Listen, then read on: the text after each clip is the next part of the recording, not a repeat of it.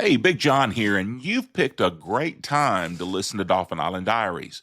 There's already a growing library of stories waiting for you.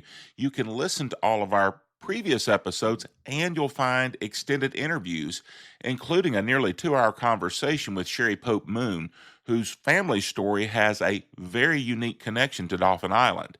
We're just getting started, and like I said, our catalog is growing. New episodes and interviews will continue to be added week by week. So when this episode ends, don't stop there. Scroll back through the archive and discover a few stories you may have missed. Now, let's get into the show.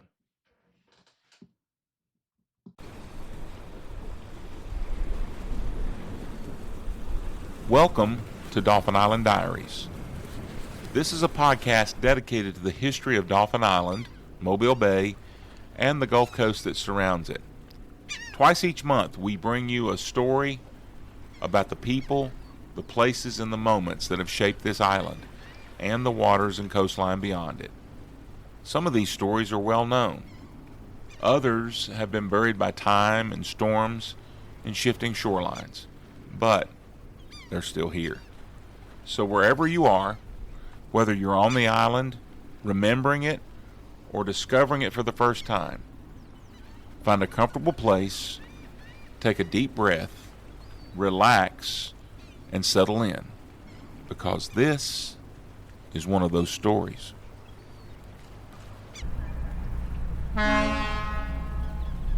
One of the important objectives of any civilized society is the education of its youth. You see this in large cities. You see it in small towns. You see it in rural areas. You even see it in places like the hollows and mountains of Appalachia, although historically the latter has sometimes struggled in this area. And you also see it on Dauphin Island as well. That may not seem so extraordinary now. There's a causeway here and a magnificent bridge across the Mississippi Sound from Cedar Point to Dauphin Island. But before the road connected the island to the mainland, it was more of a challenge then. There was already a schoolhouse on the island in the early 1930s. It had been built in the late 1800s, but it burned. And so a new structure was built. And as we were saying, this was in the days when the community on Dauphin Island wasn't much more than a glorified fish camp, though there were several families permanently living on the island. Those families had children, and those children needed to be educated. And so when the old schoolhouse burned, a new schoolhouse was built to replace it. The new schoolhouse was a fairly simple and yet functional wooden structure built near the Indian shell mounds, but it was a structure built to last. Frankly, I doubt that anyone in 1931 could possibly have anticipated the changes that were just over the horizon, the storms the island would ride out, both natural and man-made, and frankly, the island's longevity. And all this within the context of a period of profound transition that the Mobile Bay area would experience over the lifetime of this building. So let's kind of set the stage here just a little bit. In 1931, which is roughly the time the school building was constructed, there was no bridge. The island was isolated. The families on the island were isolated. And the only access to the island from the mainland was by boat. No one came to the island or left it any other way. No supplies, no building materials, or any other items came to the island any other way. And maybe that's just a little bit hard for us to imagine today. The roads on the island, what few there were dirt roads. There was a small grocery store that also served as the island's post office. There was livestock, and I'm sure that perhaps there were also vegetable gardens, but the primary livelihood of these families was from the sea, or more precisely, the bay, Mississippi Sound, and the Gulf. They were fishermen. They were shrimpers. They were oystermen. But there was a desire then, just as there is now, for their children to have schooling, just as parents today want their children to have schooling. Having a school on the island meant that families didn't have to leave the island just so that their children could go to school, or that they would have to send them to school off the island, at least not until they got to high school. So when the old school building burned, there was never any question about replacing it. It was simply a matter of the logistics of making it happen.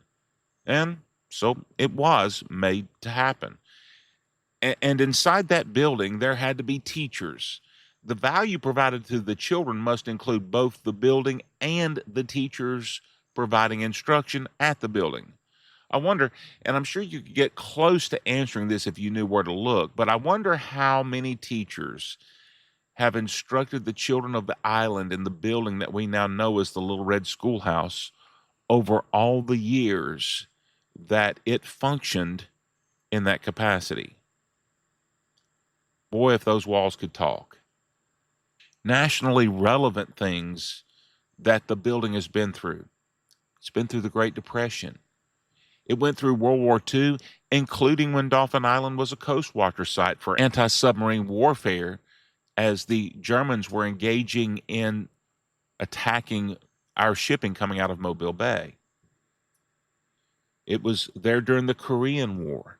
It was there during the Vietnam War and the Cold War. And it was there through 15 U.S. presidents, if I've counted correctly, including President Trump being president 2 different times.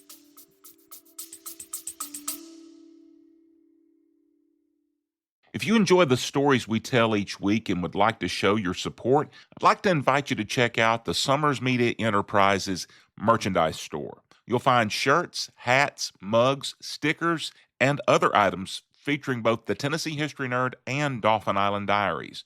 This month's featured item is one of my personal favorites, our I Break for Historical Markers bumper stickers. Whether you're the kind of person who can't drive past a historical marker without pulling over, or you simply appreciate a good piece of history, it's a fun way to let everyone know you're always on the lookout for the next great story. To browse the entire collection, just visit the link in the show notes or visit the Summers Media Enterprises website. Every purchase helps to support the work that goes into researching, producing, and sharing these stories each week. Thanks for listening. Thanks for supporting our podcasts. And now let's get back into the story. But it's also experienced a number of locally relevant things.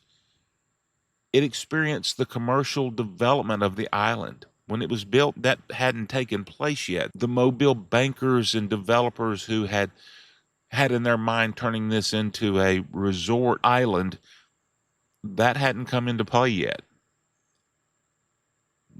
And so as a result, there hadn't been the construction of the first bridge yet.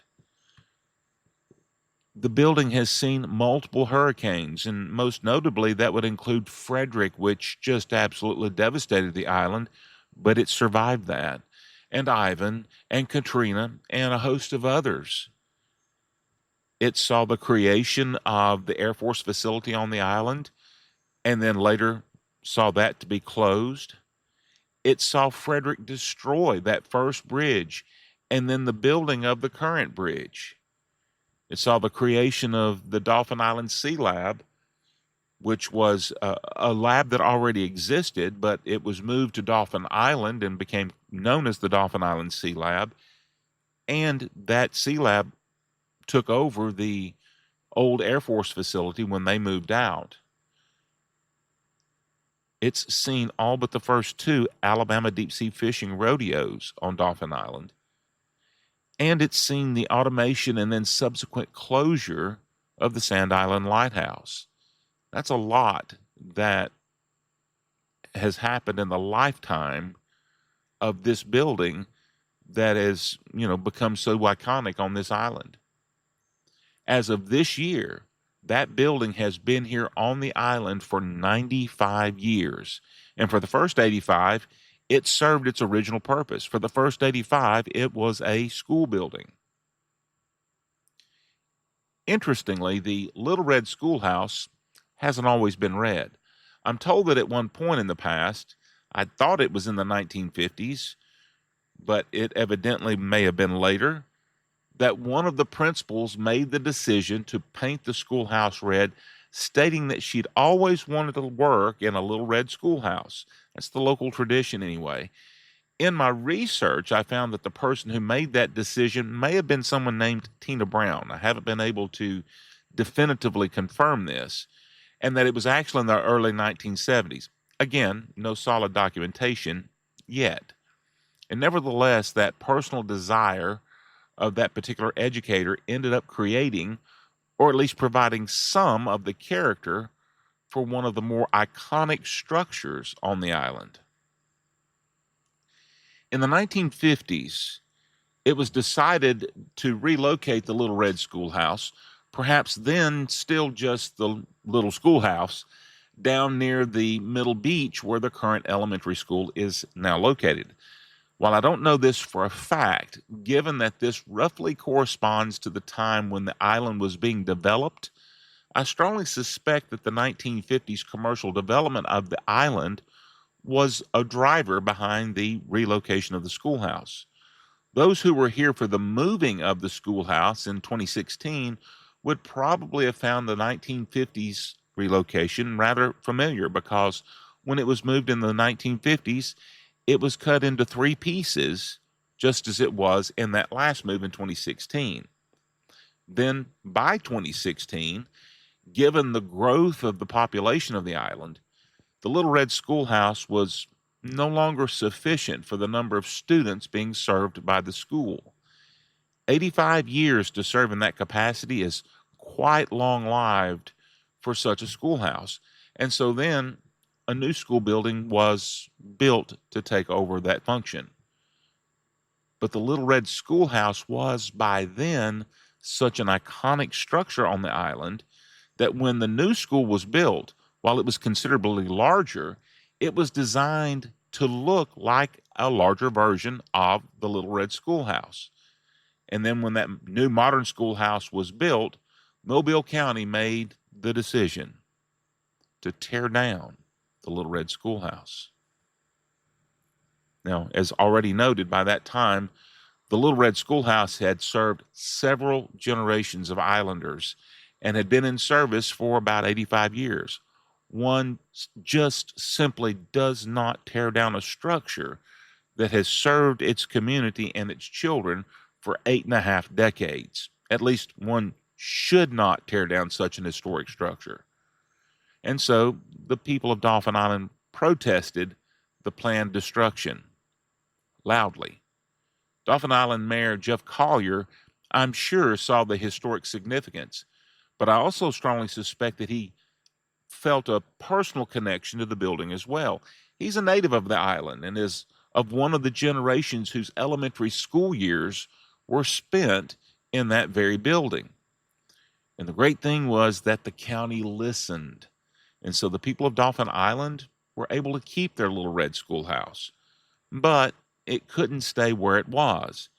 And so once again, the building was sawn into 3 pieces in preparation for transport. To be completely honest, I wish I could have seen the building being moved. I'm told that its journey from the Middle Beach area down Benville Boulevard to its current location across from the City Hall created an electric, almost party atmosphere. If I understand correctly, it was moved during the school year, and the children were let out of school to follow the building on its journey down Benville Boulevard to its current location. I'm also told that for the spectators, the arrival of the building at the bridge over the canal created a great deal of concern because it was quite evident that the building was wider than the bridge. But for the movers, this wasn't their first rodeo, and they were prepared for what at first appeared to be an insurmountable obstacle. The trailer or carriage for the building transport had hydraulic lifts that enabled the operators to tilt the building just enough so that one side of the base of the building was able to clear the bridge guardrails. And then, once on the other side of the bridge, the building was returned to its normal upright orientation.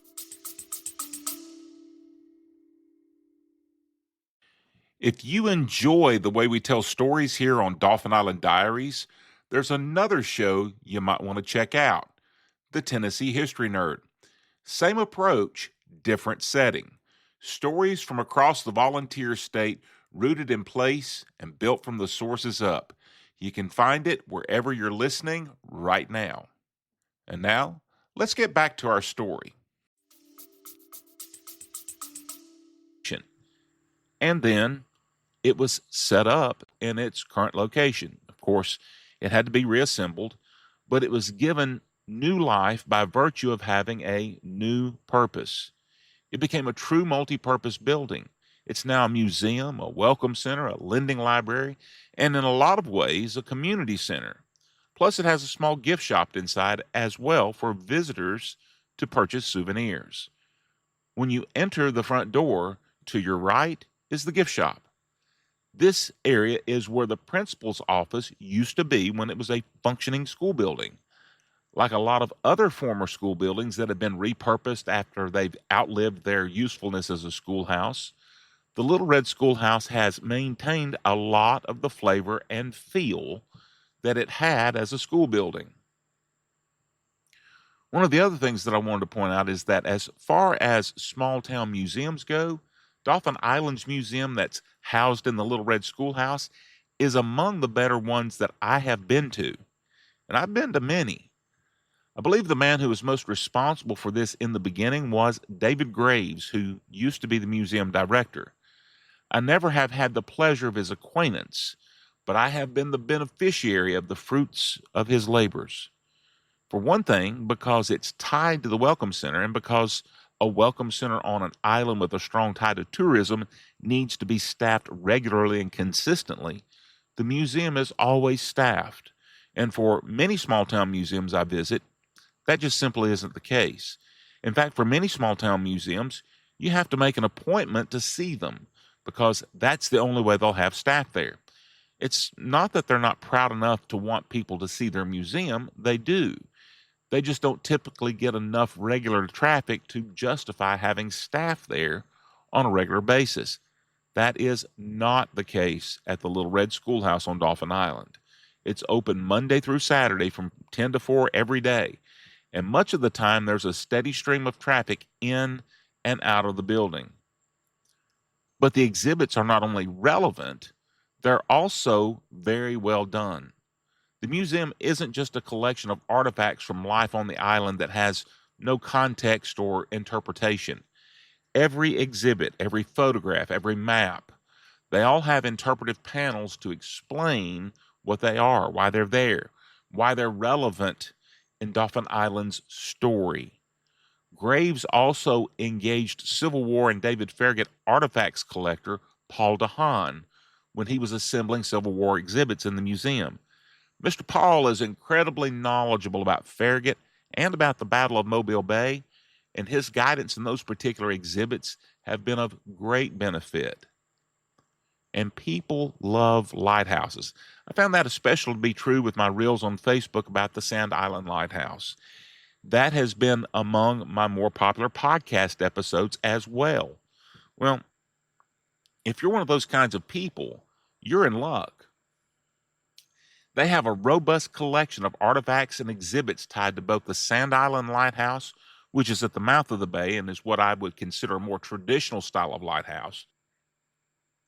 And they also have exhibits for the Middle Bay Lighthouse, a cottage-style screw pile lighthouse midway up the bay to Mobile.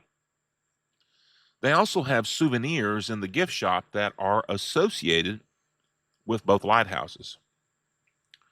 But there are also exhibits that are tied to the colonial history of the island, to the commercial development of the island, and to the way of life that was lived on the island before there was a bridge from the mainland to the island. I appreciate the convenience of the bridge, but I will confess that I wish I could have seen the island before it was developed. When it wasn't even a small town yet, it was barely a fishing village. There are several photographs which are captioned with contextual information that give that feel, as well as the tongs and other tools that oystermen used in plying their trade. And speaking of the bridge There are several pictures in the hallway of the old bridge, the one that had a drawbridge at the Mississippi Sound Channel for the passage of maritime traffic, and some especially revealing photos of what it all looked like in the aftermath of Hurricane Frederick. And there are also pictures of the construction of the new bridge, which is now actually older than the old bridge when it was destroyed. But one of my favorite exhibits in the museum is the corner of the main museum room where a replica classroom has been set up. The desks that are on display actually were used by students in that very building in its past life as a schoolhouse. One can almost imagine children in that area practicing their multiplication tables or learning how to spell in that area. It certainly takes one back to their school days, especially for those whose school days were spent in that actual building.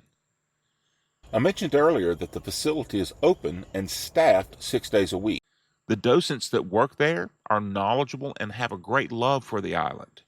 But with regard to this particular topic, one of the docents is a bit more special, Ms. Connie Roan. There are a number of adults on the island today who can remember being students at the Little Red Schoolhouse and remember Ms. Connie Roan as one of their teachers. I had the good fortune several weeks ago of sitting down with Miss Connie, actually at the teacher's desk in the museum, and picking her brain as she reminisced about her time as a teacher on the island.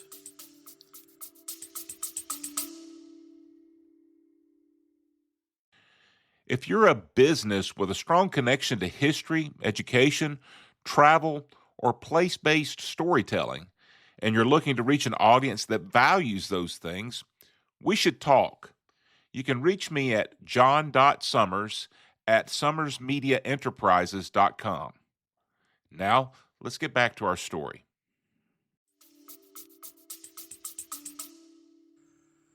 But today, not only is the Little Red Schoolhouse a great resource for visitors to the island, it's also the home of a lending library that sees quite a bit of traffic from the locals. And not just books, another very popular item in their library are puzzles. But one of the most popular functions at the Little Red Schoolhouse each week happens on Friday afternoons. Local musicians bring their instruments and set up in the round and jam a couple of hours every Friday afternoon, and there's always a crowd gathered to enjoy the music. Even though there's already another building called the Community Center on the island, the Little Red Schoolhouse also serves as a de facto community center for events such as these. The Islanders have known for years that the Little Red Schoolhouse is historically significant. In June of 2018, the federal government officially agreed. At that time, it was placed on the National Register of Historic Places. Hopefully, that'll ensure that it will always get the funding it needs to maintain and preserve it. We're already at a point where few alive, if any, can remember when it was built. But everyone who's a part of the island today can ensure that she continues to stand, to support, to inspire. I don't know exactly who it was that built the schoolhouse in 1931, but whoever it was, they surely built it to last. And last, it definitely has. So that's going to do it for this episode of Dauphin Island Diaries. I hope you've enjoyed as we've taken a look at one of the favorite structures on the island for a great many of the people who live here or visit here. And I hope you'll join us next week when I share that interview that I did at the Little Red Schoolhouse with retired teacher, Ms. Connie Roan. I hope you'll be watching for that to drop next week when we again explore where memories mingle with the sand, waves, and the wind. Until then, I'm Big John Summers, and these are Dauphin Island Diaries. May you enjoy fair winds today and a beautiful Dauphin Island sunset.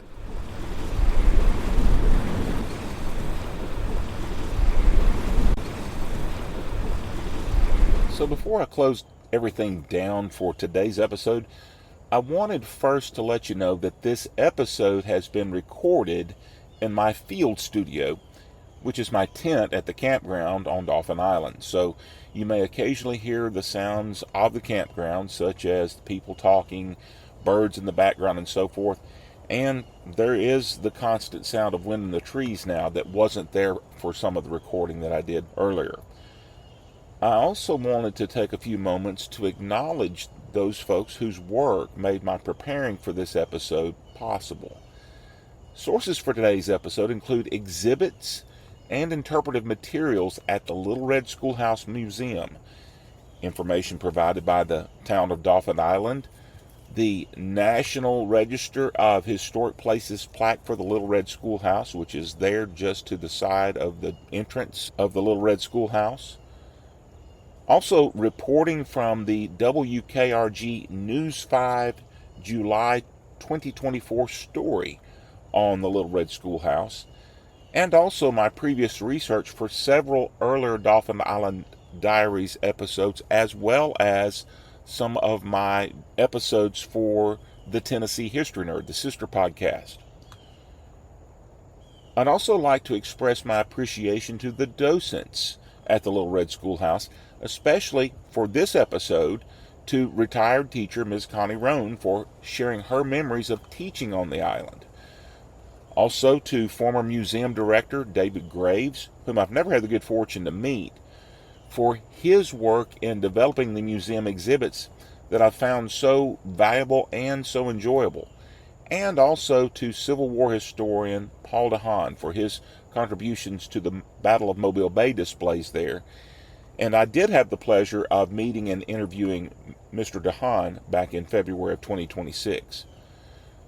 Without these people and others like them preserving the history of institutions like the Little Red Schoolhouse, I couldn't do what I do. And so I'm profoundly thankful to them and for them. And thank you so much for listening.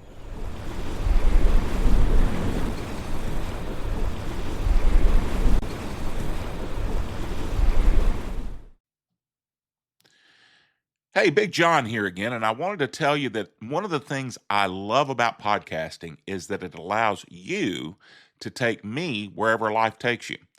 Whether you're driving to work, walking the beach, mowing the yard, sitting in an airport, or heading out on a road trip, Dauphin Island Diaries can go right along with you there. So if you enjoyed this episode, make sure you're following the podcast on your favorite platform. You'll find us on Apple Podcasts, Spotify, Amazon Music, iHeartRadio, YouTube, and just about everywhere podcasts are available.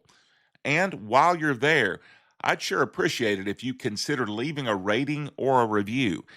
It helps more people discover the stories of Dauphin Island and the Alabama Gulf Coast. And so, as always, thanks so much for listening.